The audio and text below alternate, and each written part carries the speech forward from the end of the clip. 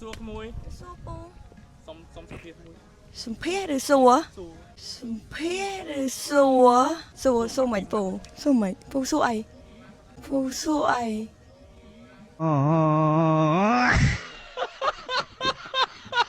សួរពីវគ្គ United ទៅ អូចាមិនដែរពូ ក្មួយមានអារម្មណ៍មិនដែរពេលចប់វគ្គ United ហើយត្រូវជំរុះបេក្ខជន15នាក់យ៉ាង ដំបងមានអារម្មណ៍ថាសោកស្ដាយព្រោះដោយសារអីកូនក្រុមដែលខ្ញុំរើសផ្ទាល់ដៃ10នាក់ត្រូវចាក់ចេញពីកម្មវិធីដល់ទៅ5ដូចយើងឃើញចឹង10ចឹងយើងកាត់បាត់5នៅសល់តែ5មកសែនណាពូសែន ហើយលើវគ្គក្រោយជំរុះពាក់កណ្ដាលទៀតពីអីផ្ដាំផ្ញើដល់ producer អត់ដែលរៀបចំជំរុះសាហាវយ៉ាង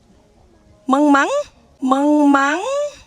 នេះឈូនេះអត់មាននេះបើថាធ្លាក់ខ្ទេចហ្មងក្តុក3 4ហ្មងនេះបើថាធ្លាក់ខ្ទេចហ្មងអូអត់ធ្វើចឹងទេពូ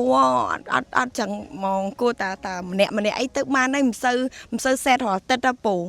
ឲ្យគេស្ដាយគិតបាត់បង់បេក្ខជនរបស់ខ្ញុំរាល់អាទិត្យចឹងមានអារម្មណ៍ថាសែតណា មានអីផ្ដាំផ្ញើ producer ផ្ដាំផ្ញើទៅថាបើមិនអីកាត់មួយបានហើយទុករៀងយូរតិចមកមិនទាន់បានមើលមុខបេក្ខជនចាំផងលេងដាក់ទៅម្ដងលេងចង់ទាំងអស់ហ្មងសល់ពាក់កណ្ដាលពូគិតឡើងវិញពូណាគិតឡើងវិញ producer គិតឡើងវិញ អរគុណច្រើន អរគុណ បាយ